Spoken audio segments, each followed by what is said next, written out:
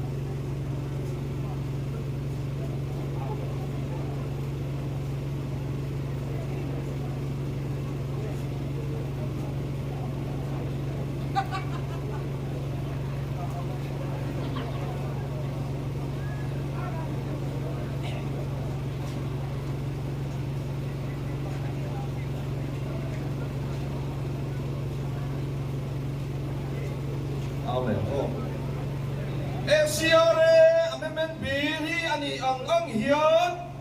ong chia kan ngai lo FCRA Amendment Bill hi ani ang hian ong chia kan ngai lo sa ko sa le na dan kan nei lai kal zonga da siam hi pra kan ti lo sa ko sa le na dan kan nei lai kal zonga da siam hi pra kan ti lo bung rua in chu sak thei na dan thar siam hi su le ro se bung rua in chu sak thei na dan thar siam hi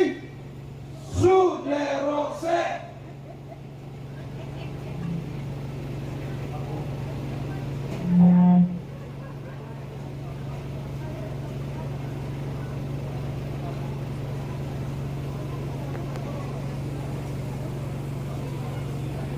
FCRA Amendment Bill hi an ang hian